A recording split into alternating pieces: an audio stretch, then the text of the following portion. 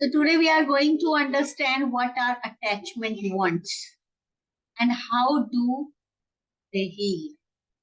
Attachment wants क्या होते हैं? आप किसी इंसान के साथ ना बहुत ज्यादा अटैच हो जाते हैं, फिर अगर वहां से छोटी सी भी कोई बात होती है ना, अगर उसने गुस्से में हाँ भी बोल दिया इस तरीके से, वो भी आपको एक वुंड देके जाएगा। एंड उस टोन को हील करना इज इन योर हैंड्स। तो ये क्या स्टाइल्स होते हैं, क्या चीजें होती हैं, उनको आज हम थोड़ा डिटेल में अंडरस्टैंड करेंगे। तो सबसे पहले समझेंगे अटैचमेंट वुंड्स क्या होते हैं, क्या एग्जांपल्स हैं उसके, क्या साइंस हैं, elements of healings, block to healing and tips for healings. So first understand what are the types of attachments. Number one is there are basically four type of attachments. First is the secure attachment. एक healthy attachment होता है couples के बीच में।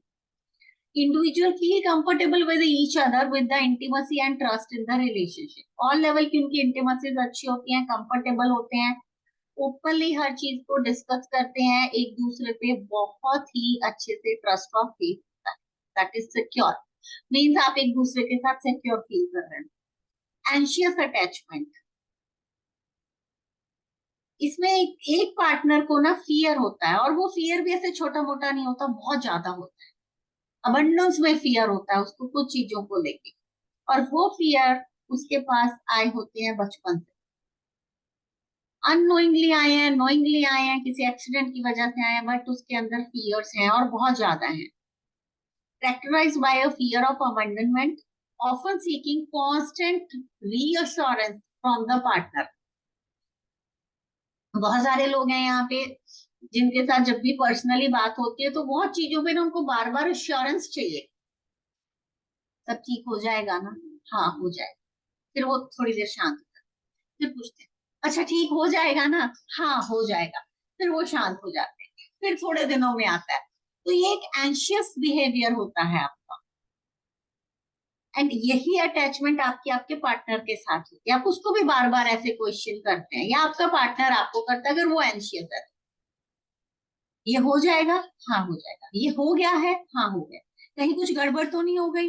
मतलब एक fear है, always एक fear है कि कुछ गलत ना हो जाए, और उस चक्कर में आपका एंशियसनेस बढ़ता है, which is not good for your relationship और not for your career as well.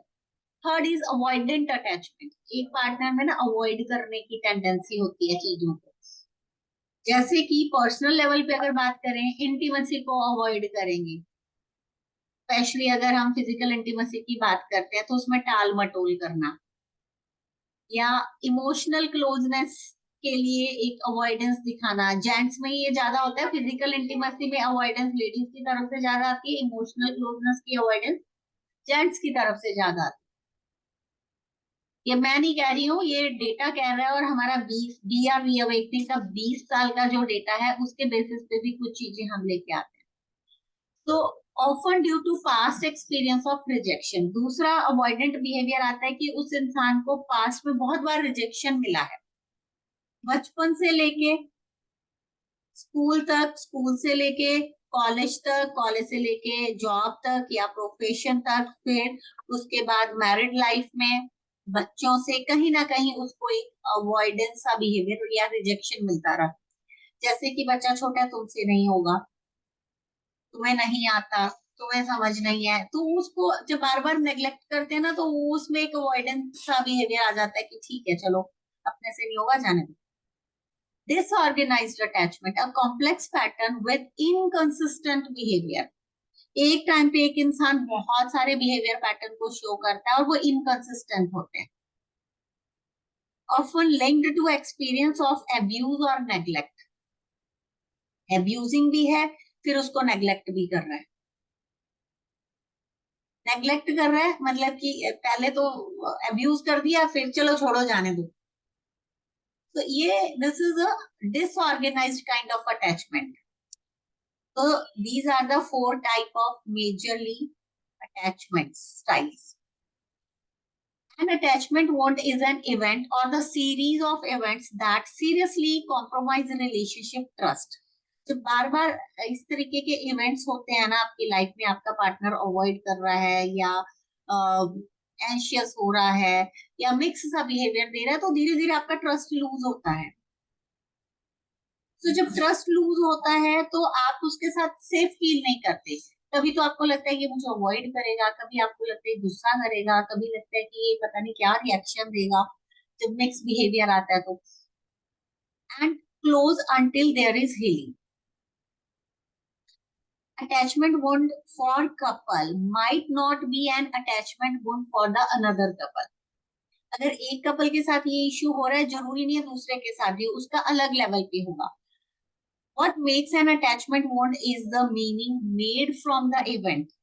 अगर कुछ ऐसे इवेंट हुए हैं जहां पे आपको अटैचमेंट बॉन्ड्स मिल रहे हैं या आपको अटैचमेंट बॉन्ड्स बन गए हैं, and impact on the event, इसका मतलब ये नहीं कि आपके अटैचमेंट में प्रॉब्लम है, उस इवेंट की वजह से वो चीज हो रही है। Meanings and impacts can very among different couples और डिफरेंट सिचुएशंस। एग्जाम्पल्स क्या हैं? Extra marital affair. अगर दोनों में से एक स्पाउस का एक्स्ट्रा मैरिटल अफेयर हो रहा है तो दूसरे को अटैचमेंट बॉन्ड मिल रहा है, क्योंकि वो उस पर ब्लाइंड फेथ कर रहा है, ट्रस्ट कर रहा है एंड उसका अफेयर चल रहा है। तो अगर हस्बैंड का हो रहा है तो वाइफ को बॉन्ड मिलेगा, वाइफ का हो रहा है तो हस्बैंड को मिलेगा। फिर अब्यूज और एडिक्शन, अगर किसी को हैबिट है, तो अगर कोई रोज अल्कोहल का उसका एडिक्शन है, तो वो बंदा रोज अगर ड्रिंक कर रहा है तो उसकी वाइफ को रोज एक बॉन्ड मिल रहा है, उसके साथ अटैच है, और उस अटैचमेंट के चलते कुछ चीजें हैं जो उनके रिलेशनशिप को हार्म कर रही है। Failure of partner to show up in a key moment. कुछ की मोमेंट्स होते हैं जहां पे आपको आपके पार्टनर को एक अपना पॉजिटिव बिहेवियर शो करना है, अपना प्यार दिखाना है, अपना केयर दिखाना है, बट आपका पार्टनर अगर वहां पे फेल हो रहा है या आप फेल हो रहे हैं तो वो चीज आपको हर्ट करेगी। बहुत बार हम ये चाहते हैं कि हमारा पार्टनर आके हमें प्यार से एक बार पूछ ले, भाई तुम्हें क्या चाहिए या तुम क्या फील कर रहे हो, और वो फेल हो गया वो पूछने में, तो आपको हर्ट होगा और आपको वहां पे एक बॉन्ड मिल जाएगा, और vice versa. Chronic experience of attachment needs going unmet.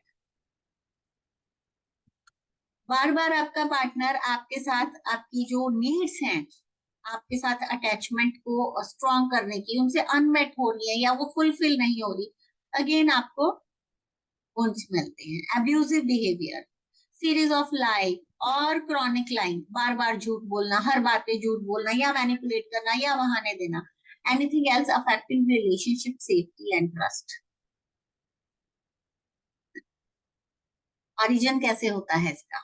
These wounds usually stem from early childhood experience with the caregivers, parents, or elders, where a child's sense of security and trust was not consistently met.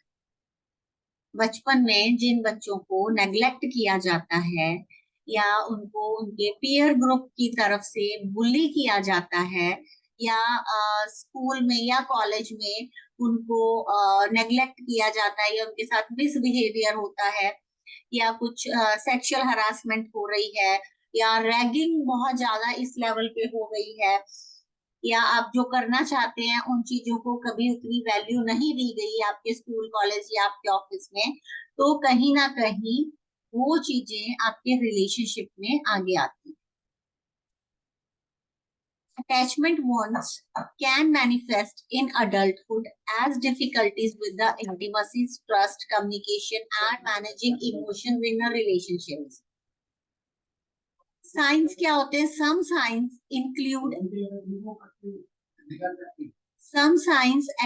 include excessive need for approval. बार बार approval चाहिए अपने partner से, नहीं नहीं तुम कर लोगे, you are doing very good. Fear of abandonment, अभी मैंने पहले इस चीज को एक्सप्लेन किया। डिफिकल्टी एक्सप्रेसिंग इमोशंस, इमोशंस को एक्सप्रेस करने में उनको प्रॉब्लम आती है। कोडिपेंडेंसी, हर चीज में अपने पार्टनर से अप्रूवल लेने की उनकी हैबिट हो जाती है, that is called a codependency. और कांस्टेंट नीड ऑफ रीअश्योरेंस, बार बार उनको रीअश्योरेंस चाहिए। तो ये सारे जो साइंस हैं, इससे आपको ये समझ में आता है कि आपके पार्टनर के कुछ चाइल्डहुड प्रॉब्लम्स रही हैं या अडल्टहुड में रही हैं ड्यूरिंग द कॉलेज टाइम या प्रोफेशन में या करियर के टाइम पे, तो वो चीजें जब अनमेट रह गई तो ये चीजें आपके रिलेशनशिप में होंगी। Elements for healing and attachment needs. Each partner make a decision to be open healing. अगर ऐसी कुछ चीजें हैं आपको समझ में आ रही हैं तो आप ओपनली उन चीजों को हील करने के लिए काम करिए, हाइड मत करो। Repeated experiences of something new, कुछ नई चीजें ट्राई करो जिनसे आपको पॉजिटिव और ऐसे एक्सपीरियंस मिल रहे हैं जो आपको उस चीज से बाहर आने में हेल्प करते हैं। Communication around the event which creates the right condition for the healing. बात करो उन इवेंट्स पे, अपने पार्टनर के साथ ओपन डिस्कस करिए पॉजिटिव वे में। Relationship negative cycle is stabilised. The nervous system and trust issues.